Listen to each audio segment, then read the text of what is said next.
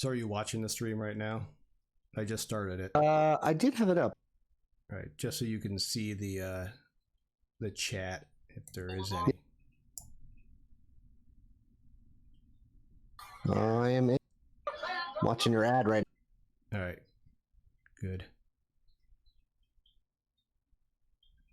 It was a loud Best Buy.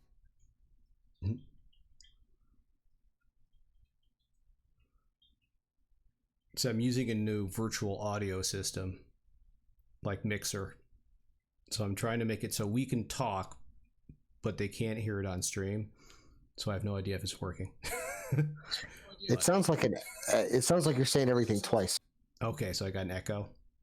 That might be because you're hearing me in Discord as well as on the stream. Yeah, that's probably true. I might mute it on Discord. Yeah, either actually mute it on the stream because there's a slight delay on the stream versus.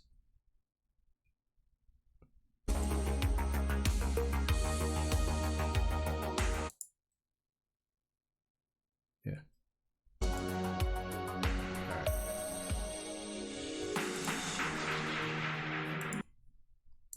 Let's just get to the talking.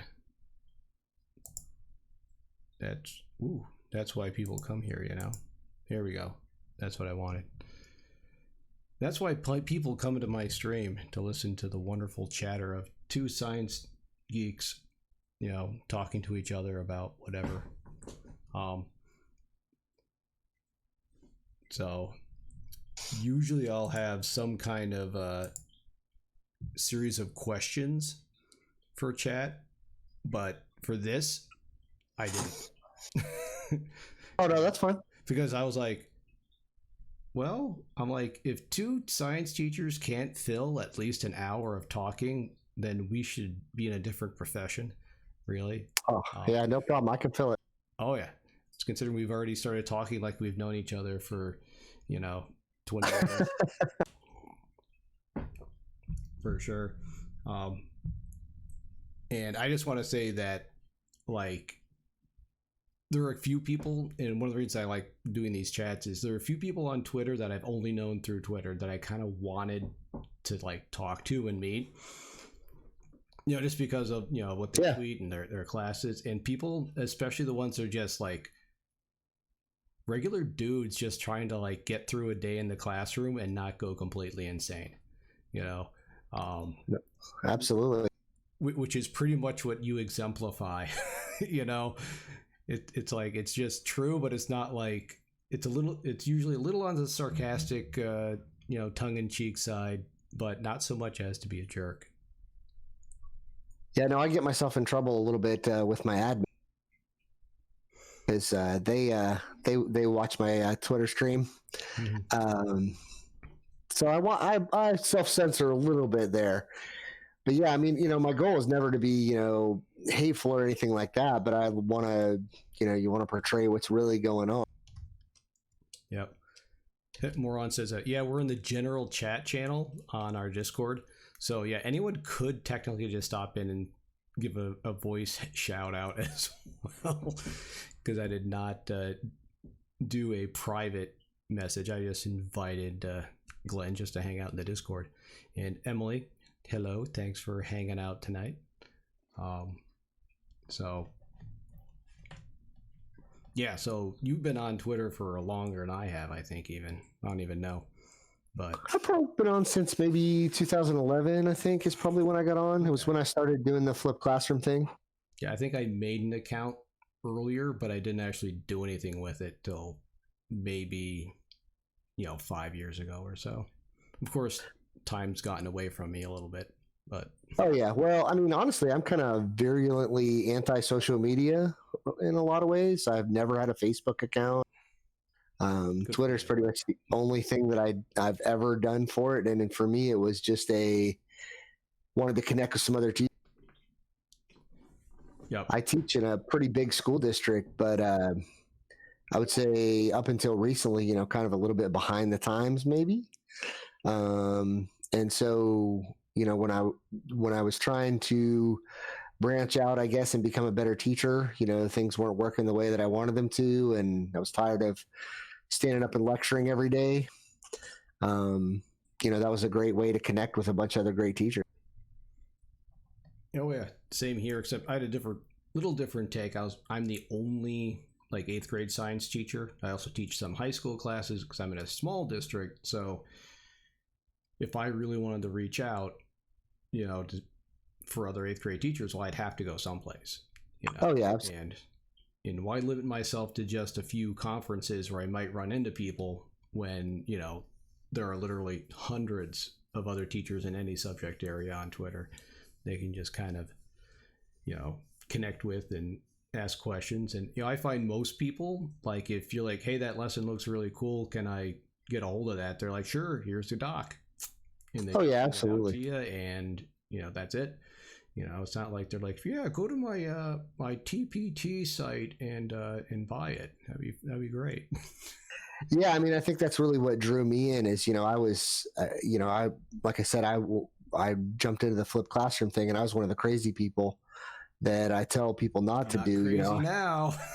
Well, yeah, but I mean, like I did, like 54 videos in one semester. I did my entire Chem 1 course in one semester, and like you said, it paid off. At the time, I was the only one doing it, and I did PD in our district for years to 5 or 10 people coming in, and this summer I probably did 3 or 4 of them that had 30 or 40 people each, because obviously we know what's going down now. So oh yeah, Emily says it, and I agree, it is easier to teach online and meet people with similar teaching methods. And I'm sure you found, kind of like I did, where, because I had probably 5 years ago, I started just by putting my videos, my flipped or blended class on YouTube, because there was no such thing as Edpuzzle or any fancy things. It was just I needed a place to host them. Yep. And I recorded all my quote unquote lectures, and hosted them, and then just did them that way. I never went back, and I've been perfecting that art since then. And so when all this hit in the spring, I was already there. And so other teachers were like freaking out, and rightfully so. They were they basically had to do everything that I had done over 5 years in a weekend. So I mean, and so like I was actually kind of like, oh cool, I'm just gonna do what I've been doing, except how the heck do I do a lab? Yeah. So I mean, for me, it was sort of the same. I mean, my journey was like, I teach at a 1-to-1 school, and we're the first 1-to-1 school in our district. And so we've been 1-to-1 for about 9 years. So, my school was in pretty good shape for this. Not to say that we're not all stressed and all that stuff, which we are.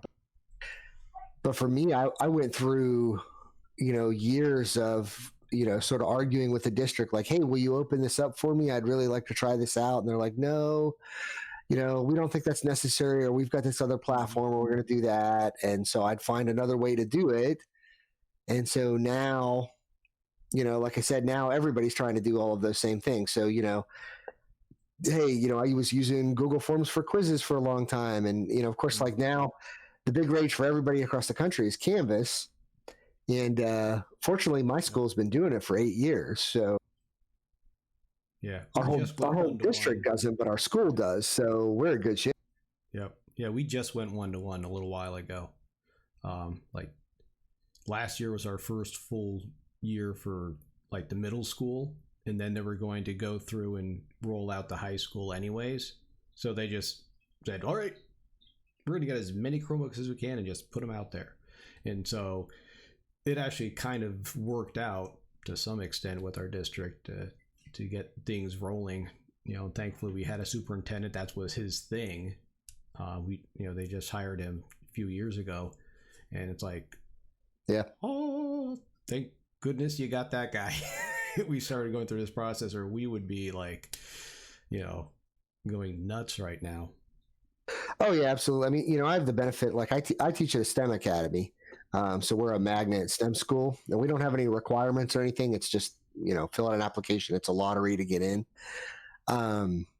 and we're pretty popular and we're one of the best schools in our state. But we had a visionary principal, and so from the very beginning, we had iPads 9 years ago. About 5 years ago, we switched to Mac Airs. And kind of the funny thing is, since the whole district now, and I teach in a pretty big district, I want to say we have something like 16,000 students. Actually, we probably have more than that, but somewhere around that. That's huge. Anyways, cool. Yeah, no, it's pretty big.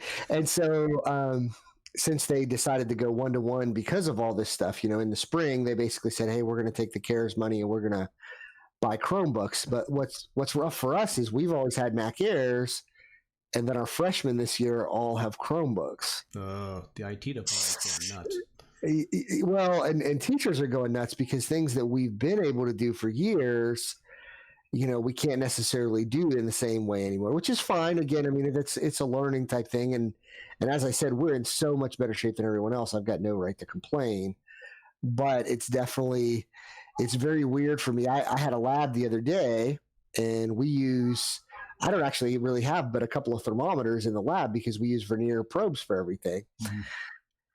And so I have mostly freshmen with their Chromebooks in this one class. I've got maybe 5 or 6 sophomores and then like 20 freshmen. And I was just about to start the lab that day, and I was like, holy crud, I don't know if I can hook up my probes to this stuff, and we found a way between a bunch of different things, but it was just like, oh no, it never even crossed my mind until the morning of. Right.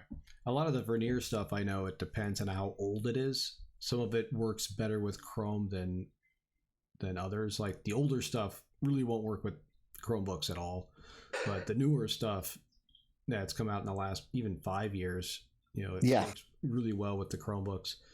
And then, because I used a lot of it when I taught physics for a couple of years, I used a lot of the probeware, and I would even do things where you could do it and then beam the data to your kids.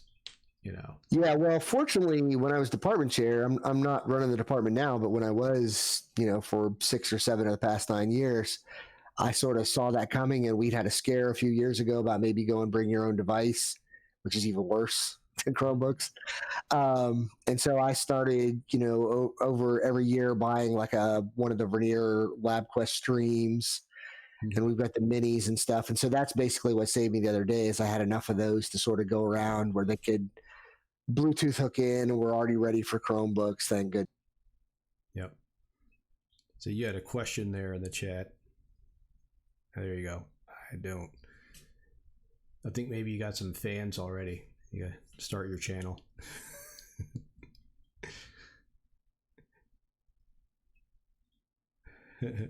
I do have a YouTube channel, but it's mostly just my videos for school. Yeah. I don't want to record my gaming. No one wants to see. I was lamenting last week how our district changed Google accounts at one point, and so all my videos from the old Google account, I have 300 subscribers and videos with hundreds of thousands of views, but I can't get to them because it's now a defunct education account. Yeah, so that's one of the interesting things when I started doing the flipped classroom thing. And this was back when, they were just starting to come out with apps to help with stuff like that and screencasting apps and all that. And so I've, from the very beginning, been very adamant that I make all the videos on my own time, on my own equipment, with my own software. And so I upload everything to my own personal channel. Mm-hmm. And that's kind of, I think, what's probably saved me there, is that I do obviously have a school, all the school Google stuff, but I don't put anything there. Everything I do is mine. There's always the legal argument of hey, are you doing something for a class? Technically, your district owns it, which, I don't monetize anything anyway, so I don't think that would ever come up. But I've always been very adamant that I want control. I want my stuff in my hands. I don't want it to be on some district server. I know a few years ago we talked about getting a TechSmith relay in our whole school so that just sort of everybody could just sort of instantly do the video stuff, which in retrospect now would be amazing. But one of my complaints there was I don't want it hosted on a school server. I want it somewhere that I'm in control. I'm just a control freak too, so that's probably part of it. Yeah, I didn't mind. I think it was interesting. Our district has a program called Ensemble, which is a video hosting site where you can host videos and have kids put it. Basically, they took all the DVDs that we had and like burned them and put them all up on there, so it could be a closed network, so you could still use it. But I thought it was funny. Our IT guy, for the tutorials on how to use it, sent us YouTube links. I'm like, what? What? Classic. Well, that tells me one thing. We're going to use YouTube. Okay. You know? Well, yeah, that's, when I talk to people, over the years when I've been trying to teach people in the district, to do videos and stuff, one of the things that I've always told them, I said, the simplest solution is YouTube.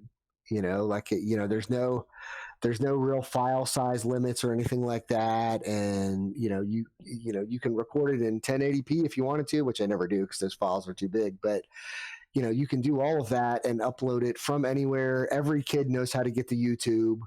It's not TeacherTube or Vimeo or whatever school based thing you have. It's just. Yep, parents can get to it, and you can set. If you're smart enough, you know how to do it. You can limit access as well as making it private or only with the link and all that. So it's just very versatile. But I think it's also us talking to each other. We've both been using it obviously for a long time, so we kind of know that and how versatile it is. Because I did it because, like you said, the kids could get to it easily. If I put it anywhere else, it was always, oh, I can't get to it. It doesn't work. I know they can get to YouTube. Yeah, I mean, when I first started flipping, I wasn't in a one-to-one school. I was at a different school, and it was it was a Title I school, and I had no technology in the classroom really. In fact, for my computer to use in the classroom, I brought my own laptop in, pretty much every day. And so I'd used a little bit of grant money. I got a couple of iPads in the classroom, and I talked to my kids, and they all did watch videos on their phone. And so that was pretty much the easiest way that I could do it. And so having it on YouTube just made it so much easier that they could do that from anywhere. Yeah. I remember when we started doing videos and trainings, and there was always teachers like, I'm gonna have to show my face, on video. I'm like, now I'm kind of thinking like, there still are those teachers. I'm like, guess what? Your face is everywhere now just because that's how you have to teach, Yeah, absolutely. That's the way it is. I don't know. I was never that self-conscious. Obviously, I'm here, streaming, myself, whatever. And usually I have some students that, stop in occasionally to the stream, or former students. Usually don't have any current students, but they'll hop in and say hello and whatever. That's one of the things interesting about your Twitter feed is that you have a lot of interactions with, students and former students on there. Mm-hmm. And a lot of people are very, reticent to do that. Whereas I know other teachers are very open about that. I'm kind of a little in between. I'm like, I tell my students, I'm like, look, if you really want to connect with me on Twitter and see a bunch of teacher stuff, go ahead, but it's kind of dull. Yeah, and I have some very specific rules. Like, I tell my students, I say I never follow a student until they graduate. So like I might respond to a current student if they say, if they respond to one of my posts, but I don't follow them or anything like that. And then honestly, and I know this is probably a very old fashioned rule, but I never follow any ex-female students either. It just has a creepy old man vibe to me. And I don't want to present that, Yep. I'm happy to interact, no problem. But I mean, like, I just don't, it feels weird to me. And again, I'm old, I'm 47, so right. Different generation. No, I get it. I'm the same way. But yeah, no one they'll usually look at it. Not a lot of kids are on Twitter anyways. Not as many now. They want to know if I'm on Snap or Insta or something, which I'm not. I have a Facebook. Yeah, same. But that's what I said. I avoid like the plague. I don't do any of that stuff. Standing in my study hall, the two of the kids that were in my study hall today live were like, you should get a TikTok. You'd have so many followers. I'm like, I don't care. Yeah. I'm kind of like, no, I can only focus on so much stuff at once. Yeah, there's two things I don't do, and that's really sing and dance. So I think that kind of cuts out the TikTok for me, really. So Yep. Oh yeah. So I don't know. I just found that very interesting. Your kids are very active compared to mine on Twitter. Maybe it's a Tennessee versus New York thing. yeah, I mean, it could be. And, like we, from the very beginning of the school, again, being one of the first one-to-one schools, one of the things we always tried to really get into our kids before I think it was even a term was that idea of digital citizenship, and to get out there and to interact professionally. And so for years, so this isn't the case anymore, but for 4 or 5 years, basically we had kids make like almost school Twitter accounts, so that they could follow things, respond to things, all that sort of thing. And so, yeah, they're all pretty good about that. Most of what you probably see responding a lot of the times are former students too. Yes, they are. Yep. There's also reality to contend with. Most likely you would not have many TikTok followers. Oh yeah, I agree too. They can tell me that I would. I know the truth. They don't want to be watching, an old, cringy science teacher. Yeah, well, plus, just as an added layer, my son is a student at my school. He's actually one of my students at AP Chem this year. And so, I try not to make his life more miserable than it already is going to school with his dad as his teacher. So, oh yeah, yeah. My kids went through that since they go to my wife's district where she teaches. So, of course they won't have her for a teacher, but Yeah, same thing. I mean, my wife's an elementary teacher, and so they all were at her school, but they never had her. And we've always tried to avoid having them in class, but there's only one AP Chem teacher at the school, and that's me. So he stuck with me.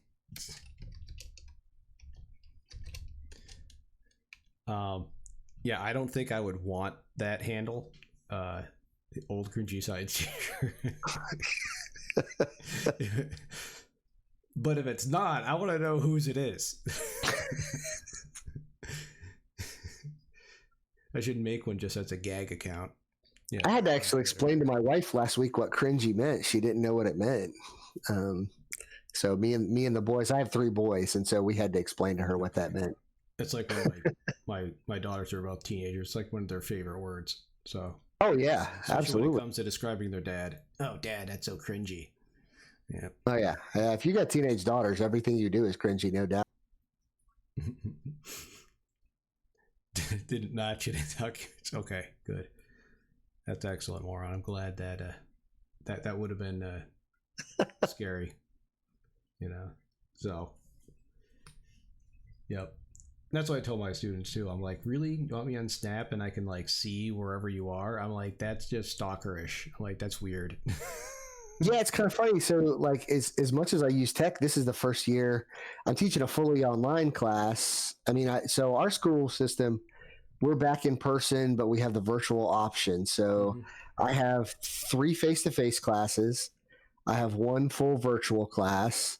My AP class is blended. So most of my kids are face-to-face, but I've got like 2 that are virtual.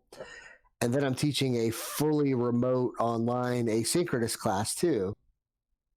And so I was like, I'm going to try out Remind for a class, because for my asynchronous class, I don't see those kids and they're not at my school. They're at other schools in the district.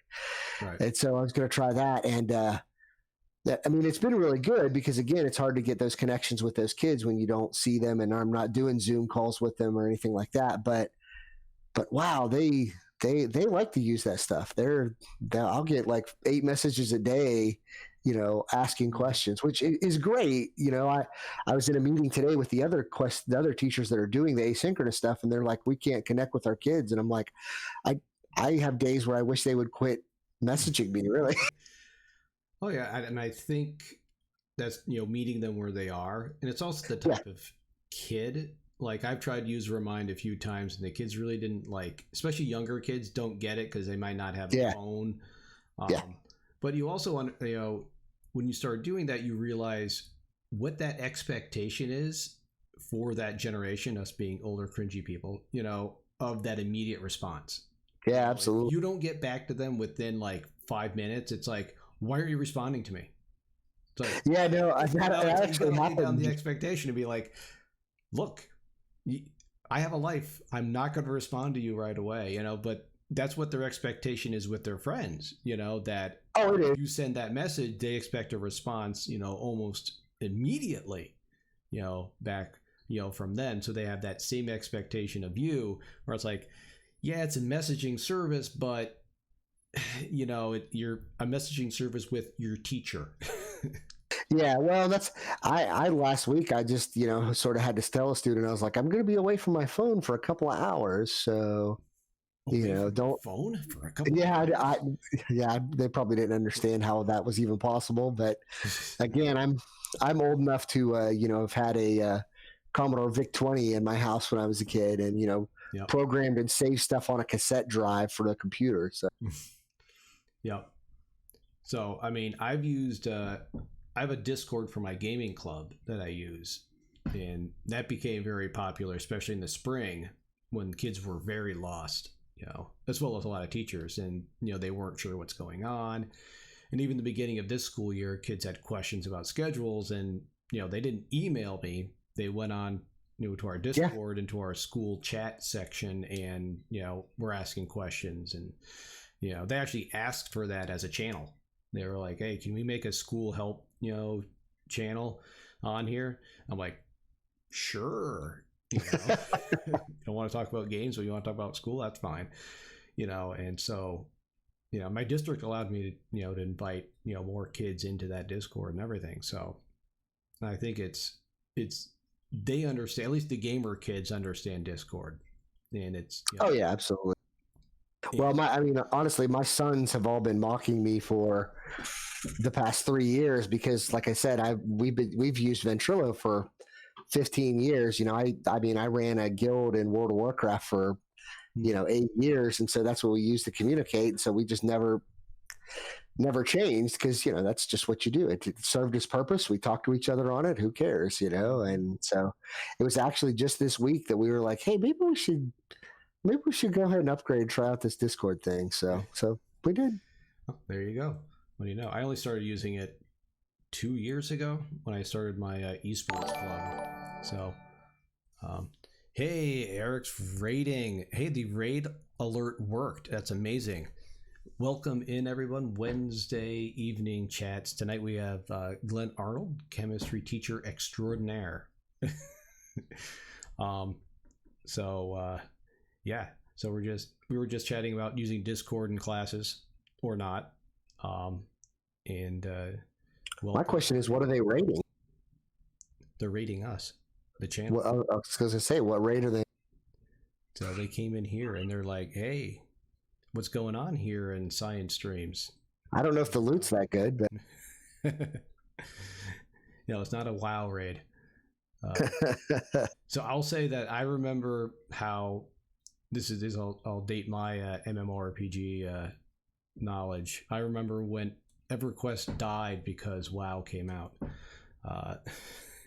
and because I was a big EverQuest player at the time, and then everyone's like, we're ditching and we're going to World of Warcraft. See you losers later. And I was just like, all right, I'm going to grad school. So yeah, I played EverQuest and Asheron's Call on day one when they came out, and at the time I played Ultima Online and stuff like that. So I played Ultima when it came out too.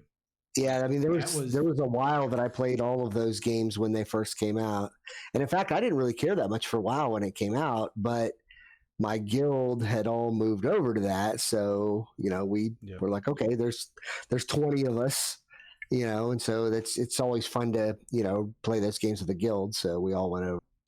You think about it, Blizzard learned a lot by watching how EverQuest and Ultima Online failed. That's Blizzard's MO. Yeah, the player kills and everything were awful. Like Ultima Online, you would no sooner log in and you'd be dead. Oh, it was the worst. Yeah, it was awful. Yeah, no, I have some friends that really enjoy playing PvP even in WoW, and I've played a Battleground, maybe once or twice. I always tell them, I'm like, if I want to play PvP, that's what that's what StarCraft is for. That's what Call of Duty's for, or something. You know. Yeah. Yeah. When you're just gonna die and you just restart right away, you don't have to find your body. Yeah, those corpse runs in EverQuest were rough. Yep. Yep. And rip my my night elf ranger or whatever it was. Clearly, Fall Guys is where the PvP is at. Yeah, I haven't got into Fall Guys, but my eldest son, they were playing it for a while, and he moves he moves on from games much quicker than I do. Like my gaming crew, of course, we're old men, so like a lot of my gaming crew, you know, we might rotate between a couple of games, but we'll play them for 2-3 years probably, if you know, if they have staying power at least. No, I'm part of at least one group where it seems every 2 weeks it's like, oh, this game's free on Epic, or oh, let's get this one and play it, you know. And it's like, all right, do I want to? If it's free, usually it's like, okay, but do I have the room on my hard drive? You know, what am I delete, or do I have the $20 to plop down? You know, I did get my oldest daughter Fall Guys when she wanted it. She wanted to play with all her friends, and I'm like, all right, I don't really give you an allowance. So, well, I thought it was pretty intriguing from, you know, because like I said, we played PUBG pretty much as soon as it was in beta, and you know, which wasn't necessarily the first battle royale, but was like sort of the first popular one. Mm-hmm. And you know, so and I like the format, even though I am terrible at it. I mean, I must have played 2,000 games of PUBG, and we probably won a dozen. You know, I mean, we're not good.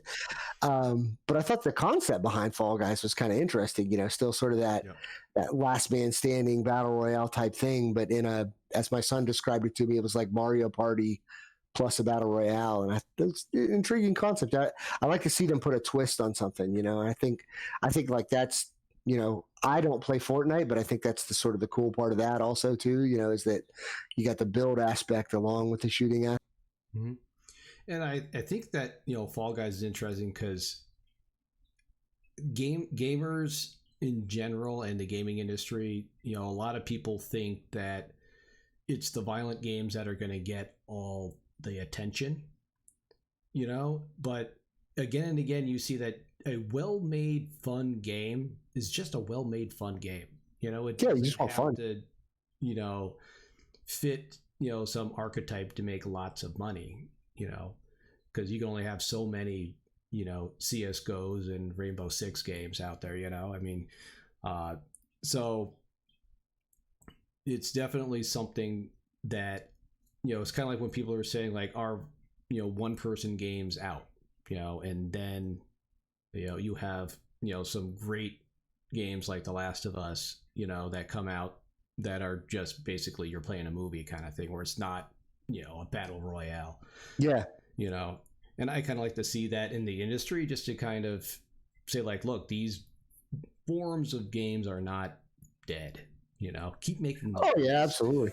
I mean, I have games that I play that I like. I mean, I have a gaming group that I play with almost every night for an hour and a half, depending on, you know, what I can squeeze in on a given night. That's my downtime every night. You know, so everybody in school is like, you know, hey, how do you stay so calm and patient? I'm like, well, because I virtually murder people every night. You know, I get out my aggression that way.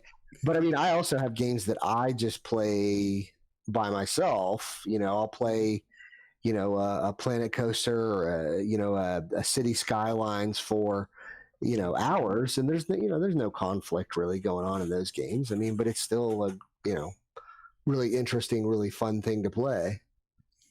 Yep. Oh, definitely. I have that as well. Usually I try to sit down and game for an hour every night, sometimes with people, sometimes, you know, I'm just going to chill and, you know, play something for an hour and a half, just, you know, let off a little bit of steam, because sometimes that, you know, you have to have that self-care, you know, for your oh yeah health. Yeah, we didn't call it self-care back in the day, but yes, that is exactly what it's always been. I mean, you know, like I said, I've got a group of 4 or 5 guys that, you know, at least 3 of us were, you know, raiding in WoW when my son was born, you know, back in 2005, 2006, you know. So I mean, you know, we've been together for a long time, and like I said, switched many games, StarCraft, League of Legends, just whatever team sort of thing we can play. And, you know, of course, now we're playing Modern Warfare, which is great for a couple of them, but I'm terrible at shooters, so. Yeah. But I still play. I mean, it's still fun. It's fun because at that point, it's not even just about the game. It's about the social aspect. You know, it's one of the things that I try to tell.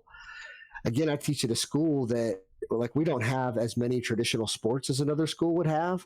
So we don't have football, basketball, baseball. You know, we've got sports, but it's like swimming, cross country. You know, so there's not a lot of the big marquee sports there, and we have a lot of gamers there, and that's one of the things I try to tell other teachers that maybe don't get it is like this is the socialization, right? I mean, this is the team building that you don't get. I mean, I used to coach basketball back in the day, and so you know, it's not just about playing basketball; it's about camaraderie and networking and team building and learning to get along with other human beings in maybe a conflict-ridden environment. And you know, I try to tell them that's what gaming is. That's what playing Rocket League is. That's what playing League of Legends is. You know, like that's learning to get along and work as part of that team. Right. And Eric says esports. So like absolutely, I said, I run my esports team. I'm trying to get something to going right now. It's kind of a pain. It's like any sport, really. You know, as a basketball coach, you know, it's like the beginning of the season. You're like, get your paperwork in, people. Come on. Let's go. Well, one of the things that's tough for me at my school is a lot of the kids that would want to do that stuff tend to really struggle with their academics. And so to make the selling point to parents, admin, you know, other staff, it's tough to say. We're fortunate at my school. We actually have an hour pretty much every day that is genius hour for us that the kids get to pick what they want to do. So like we have Dungeons and Dragons and Magic the Gathering and, you know, stuff like that. In addition to all kinds of other stuff. Like I run the fantasy football one too. But it, you know, to get some buy-in on that, you know, you sort of got to tell the kids like, hey, you know, this is a tough sell for the district for me to start a League of Legends team because they don't want to open the ports. And so it's much easier if I can go tell them, hey, I've got a bunch of AB students here that are rock star kids, you know, that want to start a thing. Right. That's why we tried that a couple years ago. Set up a VLAN so they don't have to worry about the ports. Yeah, I mean, I might have to pick your brain about that because I've got some kids this year. They don't want to do League; they want to do Rocket League, which I mean, I won't be anything for that other than the sponsor. I've played it maybe 2-3 times. My 6th and 7th grader could roll on in there and run it up. I tried picking up Rocket League in the spring because I had some kids that were playing it. You know, and they're trying to teach me. I'm just like, nothing made me rage more than that game, though. Like, I can play any shooter game, and I'm just chill. But like Rocket League made me want to throw the freaking controller. It's such an annoying game. Is it worse than getting cannon rushed in StarCraft 2? You know what? Cannon rushed, you can just kind of be like, whatever. You just kind of sit back and you watch it happen, you know, and it's over. Versus like, you're still timed for Rocket League, right? They can still keep scoring goals till the end of the time. So it's like, well, you know, I was hoping to do League because, you know, League really lends itself really well to that team aspect. You know, you got 5 players, you could probably have 10 to 20 players and, you know, sort of, you could even have an in-house league if you had 20 or 30 kids, and that would be a lot of fun. And I know it fairly well. You know, I played it for, you know, 8 years and I own every champ and have played. And I'm not good, again, to be clear. But, you know, I've played enough that I know what's going on. I watch professional League of Legends more than I do any sport anymore. World starts Friday. So, you know, I would have loved to have done that. But, yeah, when I asked the district, they were like, well, we don't think we can do that sort of thing to set up. And then, so for your esports stuff, did they play it from home? Well, now they do. Yeah. Okay. Last year I had an Xbox Overwatch team, a loose team. We weren't in any official leagues, but we played some matches, and they would bring in their Xbox Ones, and we'd set them up in our, you know, in our room that we had, which is always fun because they're kids. So kids would get there and they'd be like, "Oh, I forgot the game," and you're like, "You came for the practice and you forgot the freaking game." So you brought the Xbox, you brought your controller, you brought your headset. But you didn't bring the game. Brilliant. Okay, we'll just get a fill. You can Yeah, I sit mean, there and watch, you know. I even kind of told my kids that I didn't think the district was going to let us do anything that was a shooter. You know, I even kind of felt like maybe League of Legends might be a little sketchy with the splash art on some things. But like I said, this year some kids asked about Rocket League, and I'm like, well, that's pretty innocuous. I think I can probably slide that past the Things like bureaucracy. NBA 2K and Yeah, Madden and FIFA are getting really big too. I mean, there are a lot of kids that play those. So, and we had some that were playing Super Smash Bros. Too. oh yeah, You know, we've had Smash Brothers for years now. We did yeah, I did an intramural league, one of the first yeah, years I had the program, and they got a bunch of kids. You set it up on challenge, and you just make brackets, and it was fun. yeah. I mean, that would be great, and I think we could probably start some of that stuff pretty well, even for Rocket League or something like that. And like I said, I think the school would happily let them come in and bring in their stuff for Genius Hour or something like that. You know, to be able to play. Yeah, Smash is easy because you can just do it in your room. You just Yeah, and you only need your Switch really one, dock, and you just put it in there, and yep. the kids just take turns playing each other until you have a winner. You know, And you only need one console, you know, to do that. So I mean, that makes it so much easier. yeah, you just have to have that. You know, at least one of the kids will have everything unlocked on it. You know. Oh, yeah, they will. Oh yeah, NBA Jam back in the day. NBA Jam. My buddy Jonathan Spike was doing a stream while he was doing some older basketball games. He was doing NBA Jam, I believe, on that stream. That was those are fun. Oh yeah, absolutely. Classic ones. I always play one of my oldest ones was NHL '98. Me and my buddies played the heck out of that on PlayStation. I'm trying to think. I think for me, it might have been NHL '96 on the Genesis. I'm thinking maybe. Mm-hmm. Maybe it might have been 95 or something. I remember playing a lot of that there too. It was actually probably sparked a lot of my love for hockey. I mean, hockey's probably the sport that I watch the most now. That's when it was my senior year in college. I was in a house with a bunch of guys, and every night we would just sit down and we would play for like, you know, an hour, you know, to 2 hours of just, you know, who's got winner, you know, you just, yep. You know, the days. That was fun. Yes, the days. And you know, simple. Like you don't have to have great graphics or anything. It's just like you said, the camaraderie that you get and the fun that you have with it. And one of the things I sold to my school board when we were talking about the gaming club, I'm like, look, if they're not going to play them in school, they're just going to go home and play them. I'm like, oh, you're just missing out on reaching kids that you would otherwise be able to reach. You know. Well, honestly, ours are playing them in school anyway, just not organized. Yeah. Remember all the Fortnite playing when that first came out on mobile? I mean, that was crazy. Yeah. Now because I realize how bad it is on mobile. So well, not even playing. I mean, like a lot of my kids are watching streams during the day. You know, they're watching gaming streams while they're on their phone. They've got their Chromebook or their Mac Air open doing work ostensibly, and then phone in their lap trying to watch. They're always shocked, especially the freshmen. They're always shocked when I know what they're doing. Like, hey, you got to get off Twitch. You can't do that in class. They're like, well, do you know what Twitch is? Like, yes, I do. What are you watching? Because maybe I want to watch it too. So, and then I always wag your finger at them. What are you doing?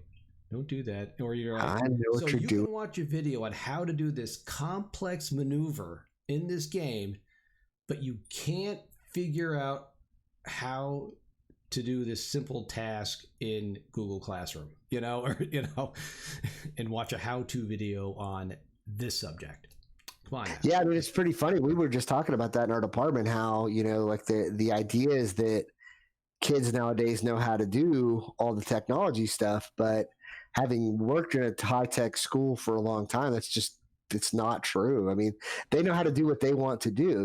They know how to do their social media.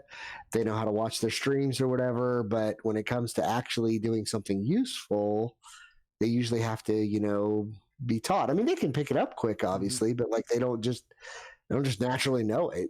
Yep. It's like one of my guys from my Overwatch team. We at the end of the school day, right? I keep their stuff in my prep room. I lock it up, all their PlayStations, everything, so they don't get stolen or their Xboxes. And so the one kid brings it out, and he's just looking at his stuff sitting on the table, and I'm like, "What's up? Why set your stuff up? You got the monitor there, you got the Xbox." He's like, "I don't know how." I'm like, "You don't know how to set up your own system?" He's like, Oof. "My sister always does it." I'm like, "Oh my gosh." I'm like, here's our STEM moment, right? Where we learn that kid gets a cone of shame. Okay, this is called an HDMI cord, you know? And it's like, but seriously, it's like, okay, I mean, he has all this knowledge, you know, Yeah, can't set up his own gaming system. It's like, ugh. I was just like, that's why one of my MOs as a parent and as a teacher is always like, I refuse to do anything for them that they can do themselves. So, you know, yep. my boys have learned from a very young age how to hook up all of their game systems and stuff. So Yeah, or I go the extreme. I built the computers that my girls use.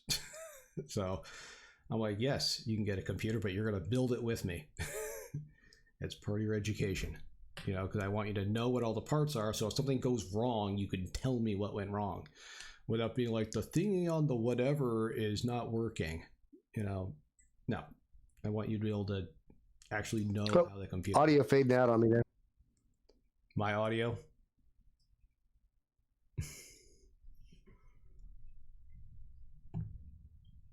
We good?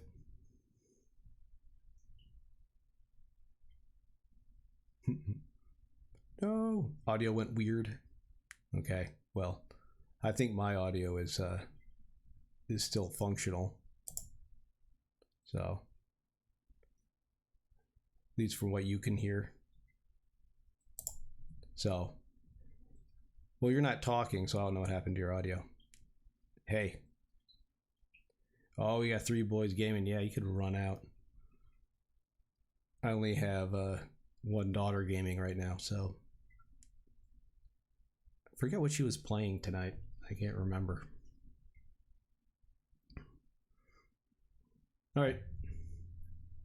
Hop out and then back in really quick. And now a word from our sponsor. No. They'll be right back and we'll continue our conversation. See if we can get back in here. So anyways, yeah, so this year for my esports club, it looks like we might have a Rainbow Six team. Possibly. Yeah, still seems to be cutting in and out on me pretty. I can hear you. Might be on my. I can. Yeah, my ping is not great right now. There you go. I can see you. I think I can see hear if you. I need to shut anything down.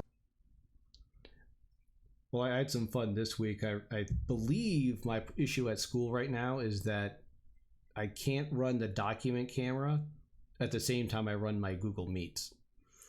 Because I believe that every time that my computer has crashed is because the document camera is running. So, which is great because for science, a lot of what I do is like, you know, demonstrations and stuff underneath the document camera. So I've been using it, you know, quite a bit and wanting to use it more. And now I'm kind of like, okay, this i3 computer really isn't capable of running this.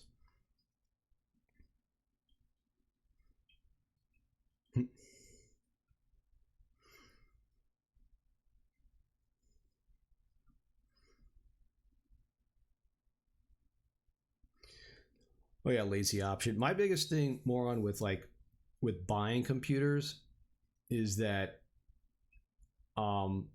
so many people I've known that have gotten computers recently, including myself, that when I bought them, they end up just not working right.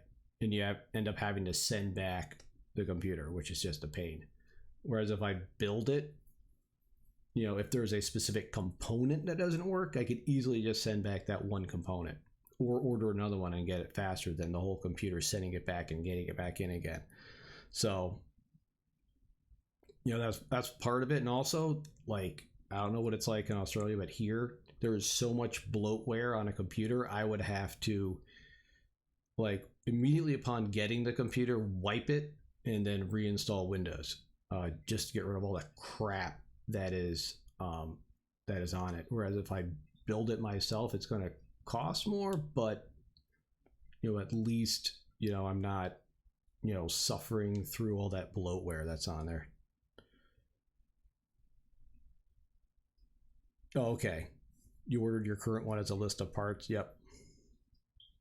Oh, okay. So you have a specific site that does that for you. That's cool. That's cool. Yep. Yeah, I kind of enjoy building them still. I'm pretty sure I would get to the point where it would just be annoying for me to build it, but I still kind of get some enjoyment out of building them. I've been debating getting another computer for my streaming area in the basement that I'm going to be, if we go full remote, I'm going to have to go into the basement. So I'm debating getting another computer for down there, and I don't know if I want to, build it myself. If I just want to get one used, on Facebook Marketplace or something, for a reasonable price, just pick something up, because you can get some pretty good deals of like all the components together, or if I want to go some other route, just order a from a a gaming company or something. So I'm up in the air still, so I haven't really pulled the trigger on anything. Right now I have I have one monitor, like a TV, and I have two laptops in the basement that I like go between.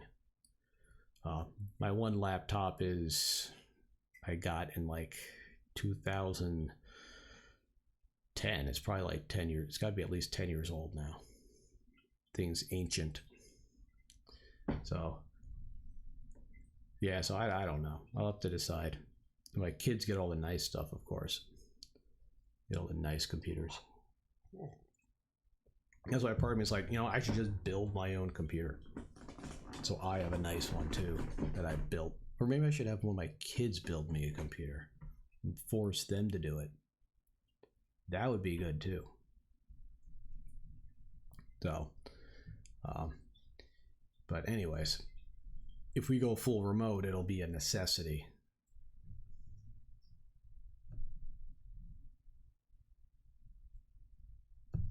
Yep, build it for me as another item store. Just toss it in a cart. Yep, that is an option. I'll look at that too. See, what does the build it for me cost? Is that a lot, or is that just a minimal amount that goes with that? Because I would be tempted to do that. Kind of do like a parts picker kind of thing, and then set it up what I want and then buy it. Or just pick something up on Facebook Marketplace, like I said. But it's not a necessity yet. $100, that's not bad.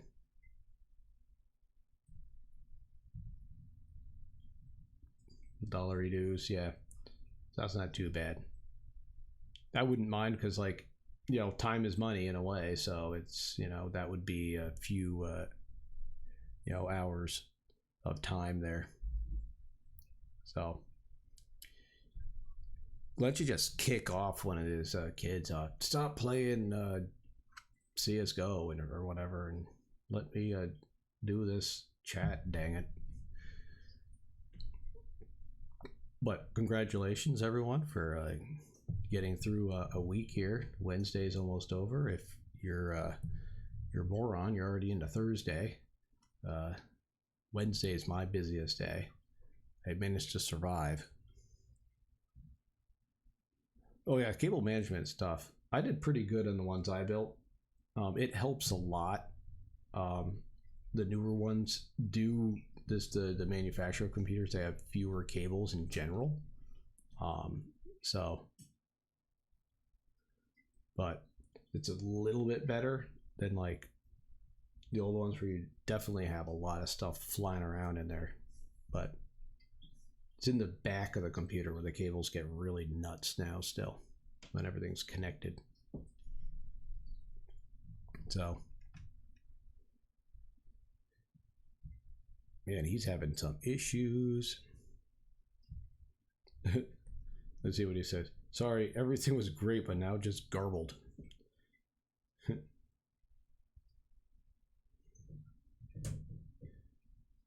I can shut the chat and then start it up again.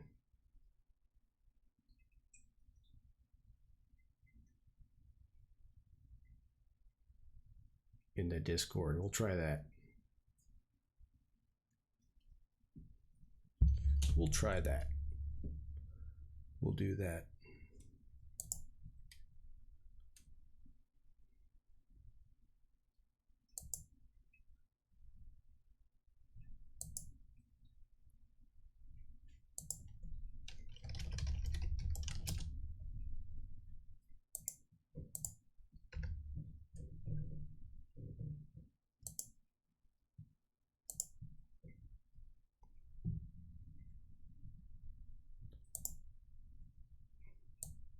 We'll try this again.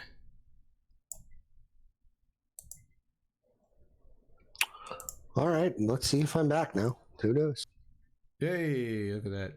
It just took me restarting a Discord chat. Yeah, you're still like, it's still all robotic. It's like the sound is lagging. Yeah. So you can just listen to it on Twitch. Well, there you go again. Blur. There it goes. I should send you a Google Meet link instead. It'll be like school. That'd be fun. It'd be like flashbacks to earlier this afternoon.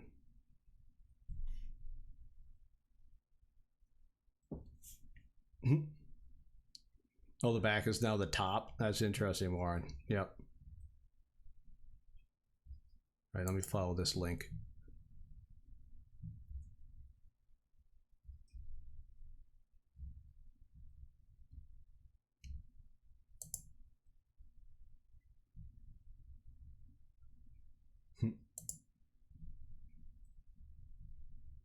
Ooh.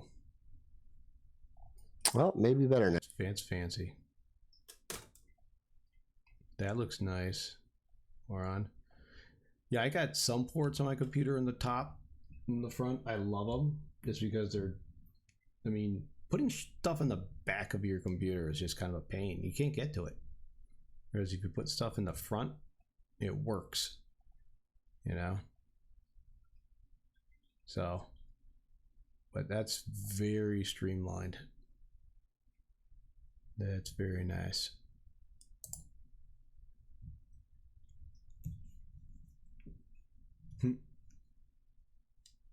They're not cheap at all. Well, I can see that. I'm a fairly cheap dude. Well, I'm sure if there's a market, there's someone that does it. So there's a market, there's someone that does it.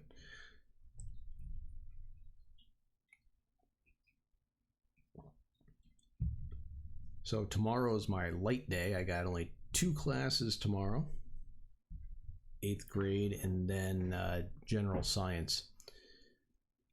See, 8th grade I'll be doing, we're gonna actually start matter, right? We finished up a little bit of scientific method. I don't do a lot of that because I incorporate it in throughout the year. But I will be starting little unit on matter, the basics of it. So as we were saying, I got a video on YouTube they'll be watching part of the class period. You there, Glenn? Nope, audio still not working right. Yeah, I can't hear you at all now. It says, let me see. Oh, there you go. There you go. You got it. All right. You got it. You got it. So, 2 weird things about my school year. Well, there's a lot, but one, we went to block scheduling. So, which is great usually for a science teacher if you're doing labs. But it's hard to do labs because I'm only seeing 17% of my kids on any given day in front of me. because only 50% are coming in and 33% have opted to be remote completely. So I'm really not seeing that many kids every day. I'll have a class with like 4 kids in it out of like 20, or maybe 7 out of 30 kids will be there. And so doing labs is kind of like, I can do them, but I have to like make it so that the kids that aren't there can also do them, of course. So without making too much work for myself. So I'm kind of figuring it out. So I don't know what you seem to have more students in than I do, Glenn. Yeah, so the vast bulk of our kids are in person. Mm-hmm. Wow. I'm kind of jealous, but at the same time, I'm not. I've got 1 virtual class and 3 face-to-face. 1 virtual, 3 face-to-face. Wow. So in the face-to-face, you got... And then 2 blended. Yeah, and 2 blended. So, I mean, are the blended, you see the, like, different kids every day, every other day, or is that like an A-B day kind of thing, or is that, like something else? Yeah, we're AB full year, so we're alternating day full year block. Okay, we're alternating weeks, not days. So half the kids will come in 1 week and then they switch, the other half come in the next week. But like I said, it's really not half, since 33% of the kids are never coming in. So, but I try to get it, it's some classes it's easier than others to have the kids do the labs because it's not a lot of materials. But then again, I also have to make sure that every kid has to have their own setup because they can't share materials. So like, if every kid has a pipette and a beaker of whatever, and I have like disposable, dishes or whatever, then I can work with it and have each kid have their own. But the days of having kids, sharing probeware or something like that just doesn't work. That just becomes a demonstration or me pre-recording it and then posting it as like a virtual lab. Do you do a lot of virtual labs, like you record it yourself and then... Yeah, we've done labs and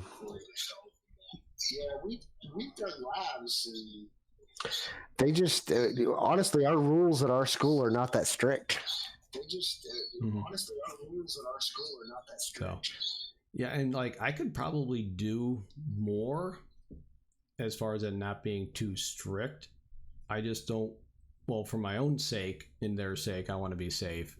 I also want to make sure their parents are comfortable sending their kids to school, because I don't want more kids to go remote. When the parent hears, oh, they're just around a lab table and they're sharing materials, I'm taking my kid home. That kind of defeats the purpose of me getting the kids in school safely and working. So I'm afraid there'd be some, pushback if I wasn't, to an extent, being safe. That, and it's like, there's so few kids, I would still have to teach those remote kids anyways. So, it's not like I have an option. So, are you doing anything else creative I should know about as I pick your brain?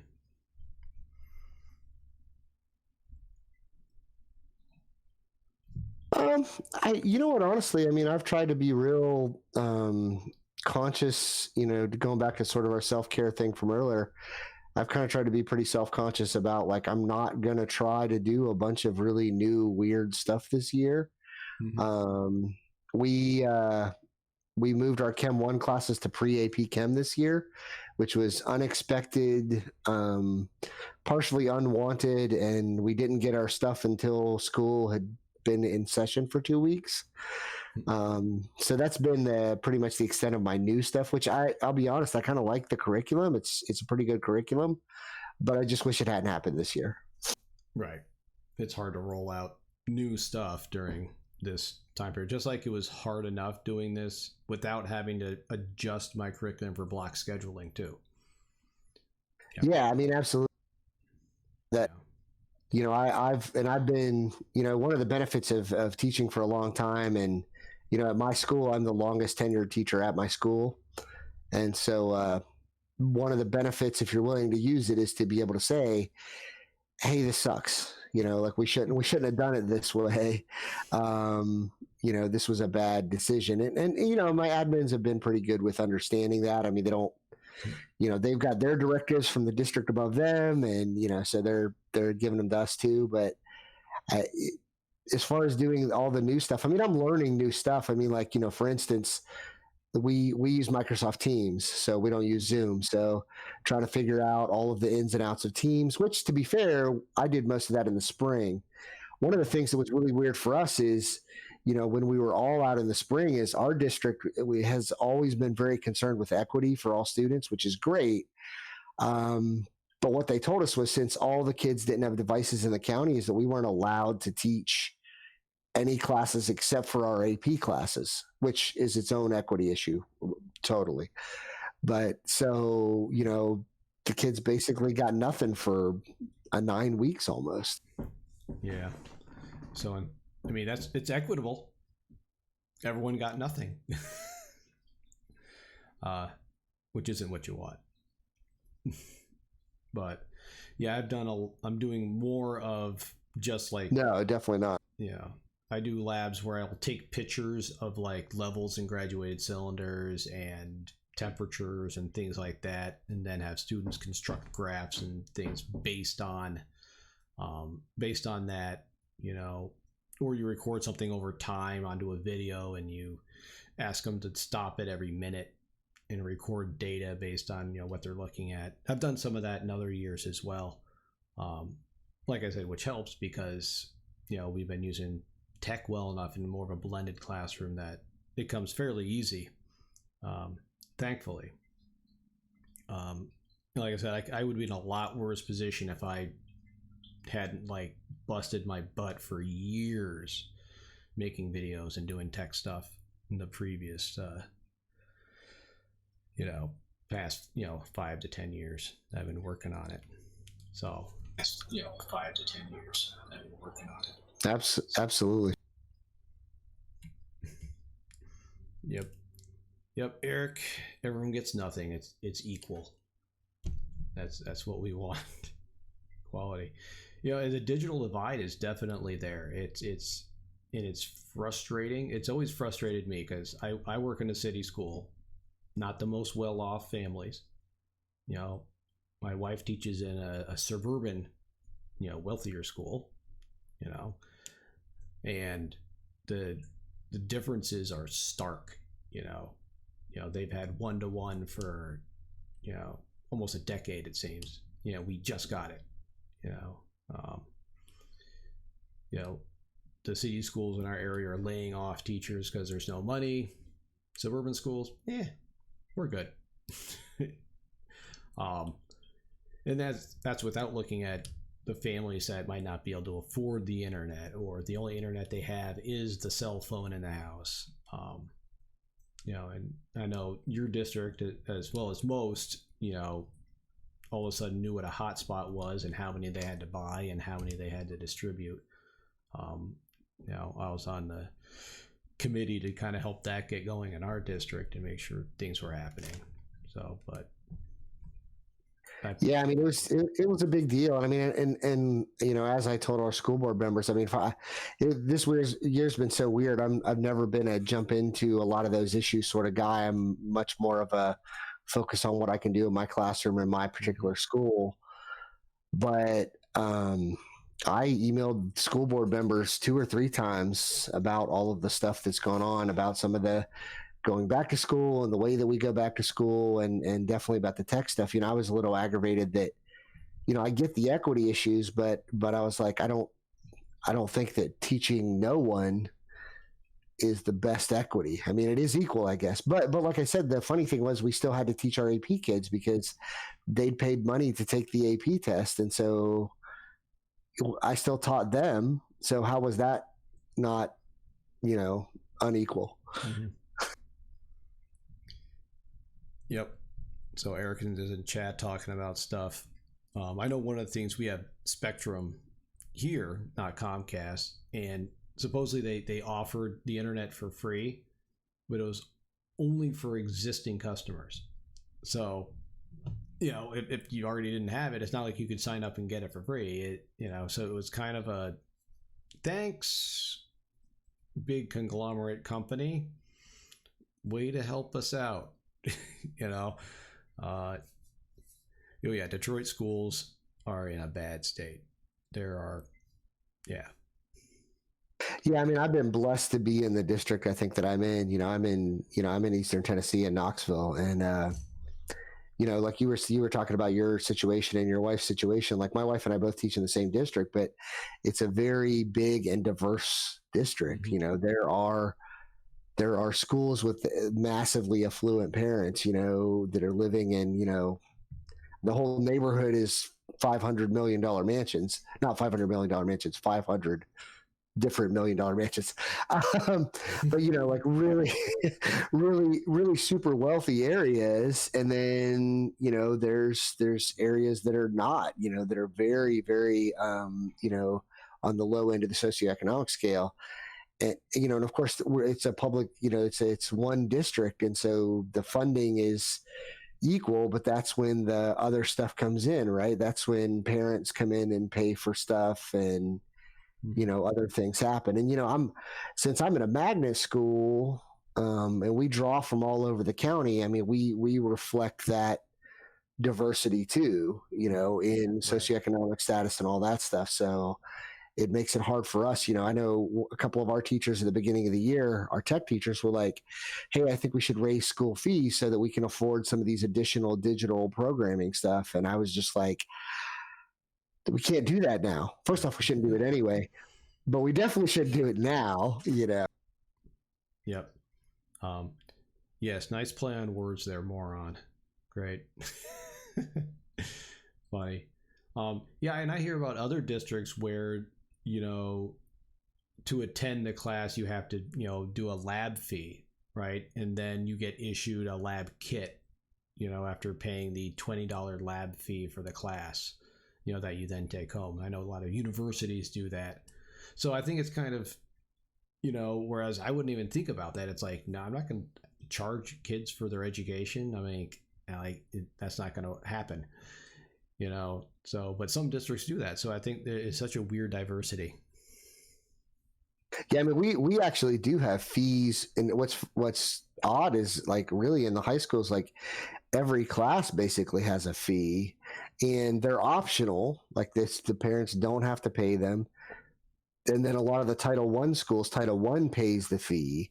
And like speaking as a science teacher, that's pretty much the only way that we can afford, equipment and supplies and stuff like that, because the allocation that we get directly from the county would not be enough to buy anything, to really get us through the year. It would be, hey, you've got 600 kids at your school, so you get $600 for your whole department this year, so without the lab fees, we really wouldn't get the money. But, and I'm a parent also in the district, so the fees for my high school kid are, $300 a year, which again, I mean, we can manage, and we do, but not everybody can. Yep.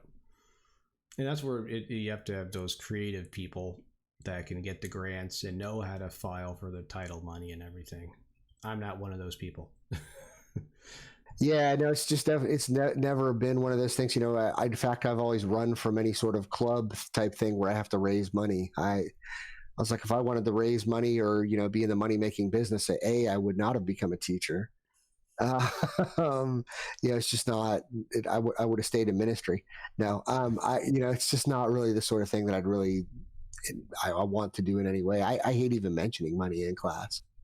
Yeah, well, I've done my fair share of donors choose, projects myself, for esports or for stuff in my classroom. I mean, I got the first 2 Chromebooks in our district I got from a donors choose. Way back in the day. I still have them too, and they still work.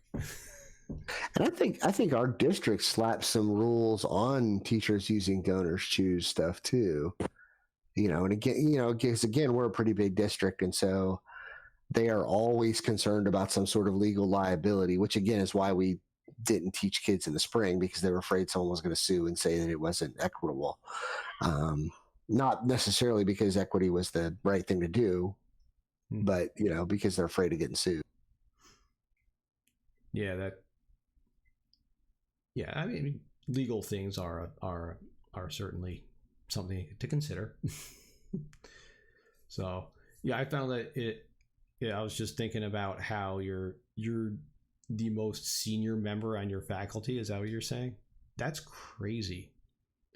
Like there are some people in my district that have been there that could have retired like 10 years ago. This one lady, I swear, she's got to be 65. Well, yeah. Well, we just had one of those. I mean, so last year I taught AP European history, and the lady that I took over from, she had taught for 44 years. But I meant specifically in my school. My school is only 10 years old. Oh, okay. So the school itself is only 10. Okay. Yeah. So I've been there for 9 of those years, and the people that were there the first year have all retired at this. Okay. So I'm the old. Is there a lot of like transfer in your district? I mean, since it's so huge, I mean, do they take someone from your school and they're like, hey, we need a teacher in this other school for that position. We're going to transfer you over. No, that pretty much never happens. I mean, like, teachers can voluntarily do that, but they don't ever shift staff. Now, I mean, they shift admins like that, but they never do that for teachers. Although like, I taught at another, one of the things that's always been tough for me in my school is we are one of the best schools in the state. And we do have a lot of really great kids that honestly, a lot of them, they're going to be great kids whether I was there or not. And so there's a big part of me sometimes that wishes I was back at a school where maybe I felt like I was a little bit more needed. And that's not to say I'm not needed at my school now. I'm not trying to, say that. I know what you're saying though. Like if I always think that as well. It's like, those kids are going to get A's and succeed despite what I do, not because of what I do. Yeah. Whereas if you have those challenging kids, the rewards are different, and I always like to talk about how we define success for certain students. I mean, there are some kids where the fact that they make a friend during the school year is enough success for that student, forget test scores, it's, that type of thing. Whereas, when you get to those higher level classes or you have those honors classes, it's grade driven, which is not always the best thing as a teacher or a student to like always just be focused on how am I doing with my grades? What's my grade? Well, I mean, absolutely. Well, and I think, when you're talking about the type of kids, like, I mentioned my son is in my class. I mean, I could have dropped him in any school in the county and he would have done well. I mean, plus he's got 2 teacher parents, so he doesn't really have a choice, but to do well. But I mean, he's going to be okay. And most of the kids that are in sort of his cohort of kids that are taking multiple AP classes and every other class is an honors class and all that, those are great kids. I love teaching those kids. They're amazing human beings many, many times, but they would do well with a teacher that wasn't great too, not to say that I'm great. I mean, I like to think so, but depends on the day probably. But I have taught at schools where I know that like, I change the course of a kid's life. And I do that at my current school too, but where, I distinctly remember, I tell my kids all the time, I had a kid one year that begged to get in my AP Chem class, even though he made like a 72 in Chem 1. I let him in, he made a 70 in AP Chem, he made a 1 on the AP test, and 5 years later he graduated with a degree in nuclear engineering, because he just needed someone to give him that chance, That's amazing. Well, that's why we teach, right? I mean, yeah. Yep. Oh yeah.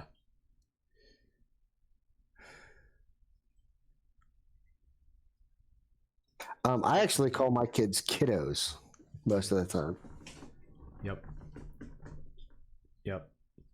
That's just what we do here in this country, I guess. We always talk to kids about students. Yeah. Yeah, I mean, I in fact had one of my graduates from a couple of years ago sent me an email from college, telling me about college or whatever. And they said, I really miss getting emails that were, because all of my emails start with "Hey kiddos." And so the student was like, I really miss getting emails to say, "Hey kiddos." So of course I sent them an email immediately that said, "Hey kiddo." Yeah. Hey, Team Unicorn, thanks for stopping by. Yes, science streams with the multiple Z's. No, that's only if it gets to be really late here on the East Coast. Then we put more and more Z's. Um, yeah, I think one of the things that I taught mainly eighth grade most of my years, and then I taught physics for a few years just because no one else taught physics, and I was the only one that was willing to do it. So that was a whole nother group of kids that I had never taught seniors. And teaching seniors is weird because they have their own perspective on what their year should look like, and usually it does not involve doing homework or doing anything in the classroom. It involves prom, going out for your job, working and touring, colleges if you still need to do that or whatever. And I was just like, I had no idea this was so crazy, teaching like seniors. I'm just like, okay. So I learned a lot about older kids that year. It's its own thing, and how to gauge success with those kinds of kids versus 8th and 9th graders. That's what I'm usually used to, all the hormones and all that. But the other thing is those seniors, they know how to game the system. Oh yeah. They know exactly what to do and how to do it, and it's just, I don't know. It's just, I enjoyed it a lot, but it was kind of nice to not have to deal with seniors when I was done with it. One of the things that I've always taught my seniors is, I know the temptation is to sort of take that senior year easy, like you were saying. And, I try to encourage, particularly my STEM minded kids. And I'm not saying that I'm STEM biased. I mean, I teach chemistry, but I have, at least in the past, taught history also. That, if you're going to be competitive in, chemistry, pre-med, pre-farm, whatever, taking that senior year off sometimes can be pretty rough. And I mean, I understand sometimes there's reasons for it. You need a break and all that. I've been there, believe me. But, I tell them, I say, I know a lot of kids that they take 3 easy classes their senior year and a bunch of fillers. And all of a sudden they get to that freshman year of college and it's like they forgot how to study. They forgot how to work. Mm-hmm. And, and I've taught seniors most of my career. I probably teach more freshmen and sophomores now, this year. It just depends on the year for me, because I teach organic, chem, and AP Euro depending on the year. And so I tend to get a lot more juniors and seniors in those 2 classes. But yeah, I mean, and I'd never want a kid to overload. My own son, I try to tell him, no more than 3 AP classes a year, which I know even that is a lot. But, we have kids that take 6. That's ridiculous. Especially since I think AP is overrated. Personally, for the amount of work you put into it, I mean, it is a lot of work compared to a 100 level class in college. Certainly, it's cheaper, but yeah, I tell my kids all the time, my AP classes, my goal is never that they make a 5 on the AP test. That would be great. I mean, that makes me look good. But, my goal is always, I want you to be really prepared when you go into college. Like I said, that kid that made a 1 on the AP test for me and made a 70 in class, he made an A in college chem 1 and 2, Now, I mean, he got help. I mean, he called me and, we messaged and I helped him through some stuff, but I mean, like, he was well prepared. I mean, I would much rather teach an advanced chemistry class than I would an AP class. Part of that's just my desire to not be locked into a specific system. Mm-hmm.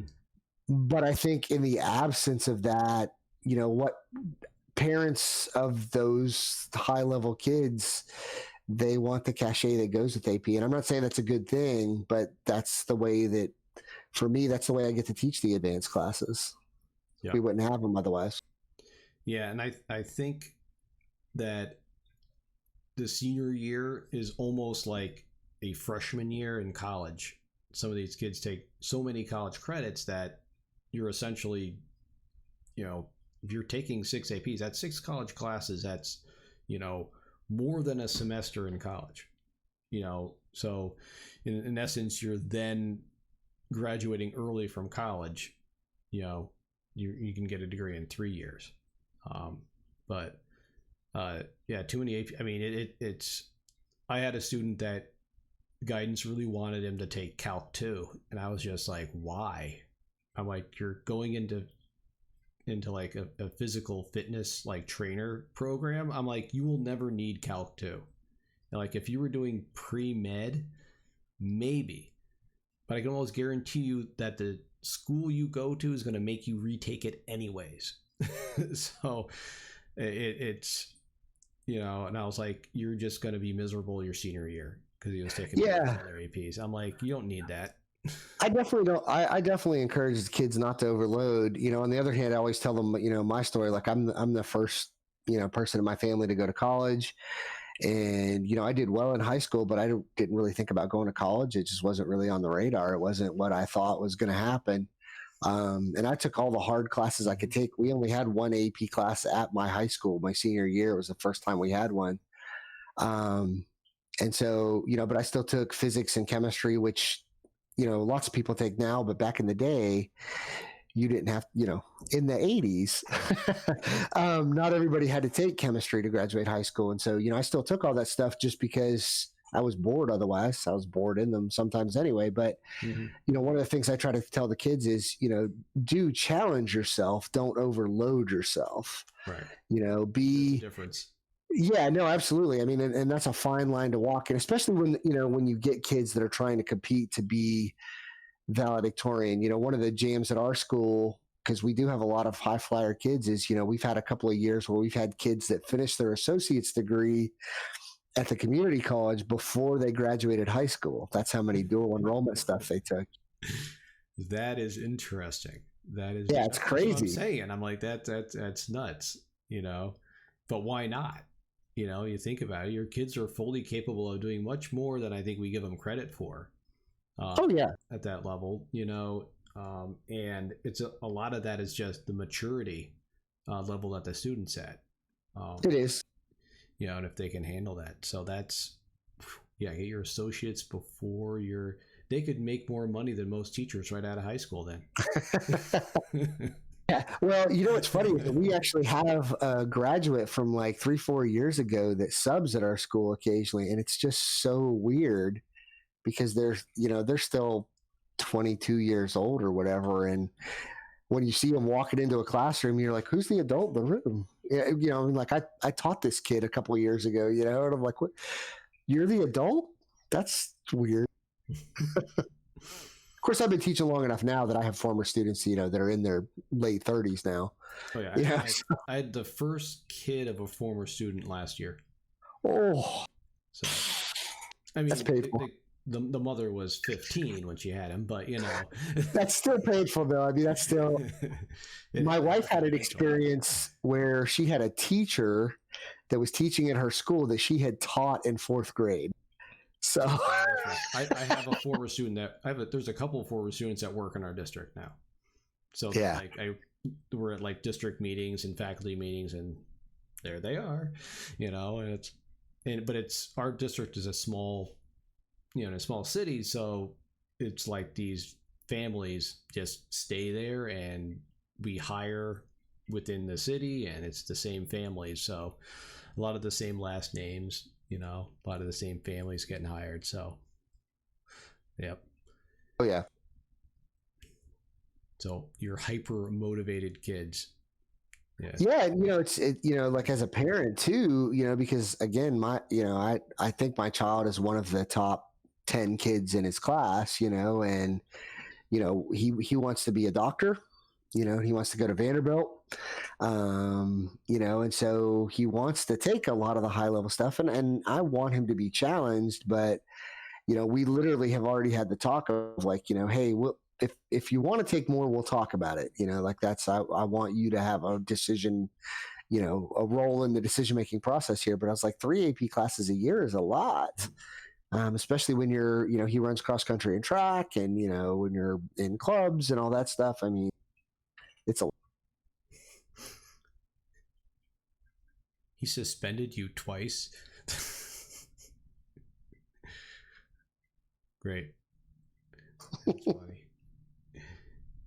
I haven't had that happen yet, where a kid gets hired. I'm like, I remember sending you to the office.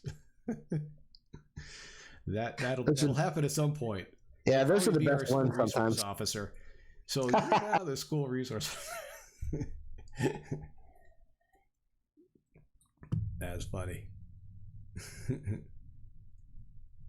All right. Well, I think we're gonna finish up here tonight because we got to get to bed and work in the morning. Yeah, I got to get up at 5 to get on the treadmill. Yeah. So, well, I'm not doing that, but I got to wake up and go into school. I do my workouts at night, usually not in the morning. So I'm not a morning person. Ooh, I can't. I'm not a morning person, but I can't do it at night. I'm too tired. Once I get my blood going, I'm good.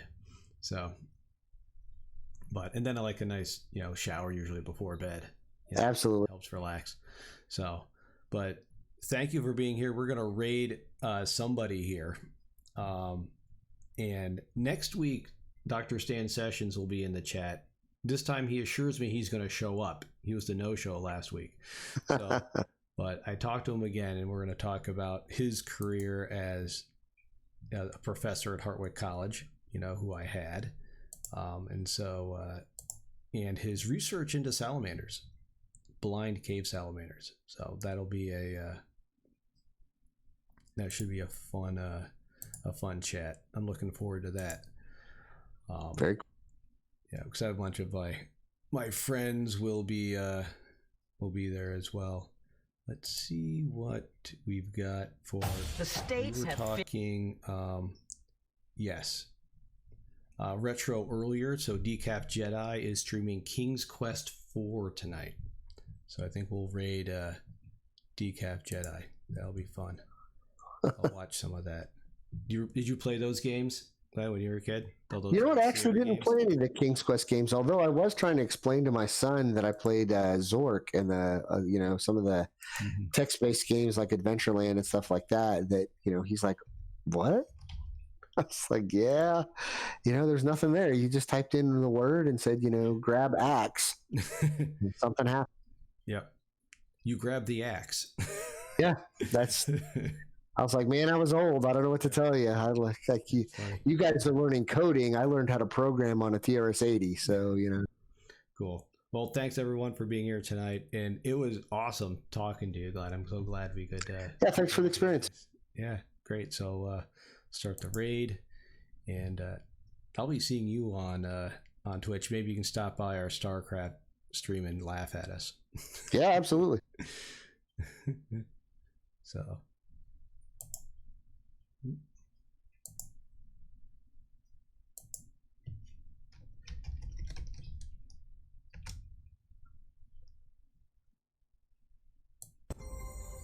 Oh, wow. Hey, Science Streams. Thanks for the raid. Appreciate you coming by. We are playing some King's Quest 4, the AGI version. Stranglehand. Welcome, everyone. I hope you like retro adventure games. 16 colors of pure imagination.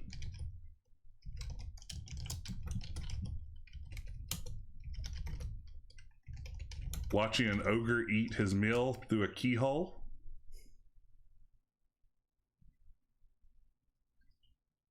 That's awesome. Glad you can make it. I was actually thinking about playing Hugo's House of Horrors once October rolls around. It's interesting you'd say that.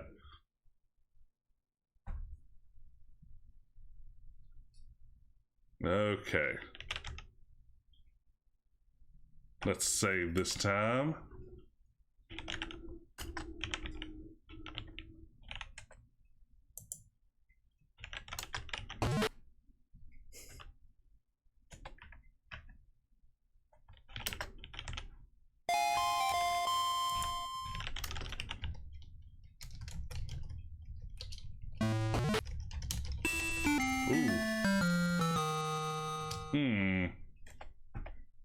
be a little quicker than that.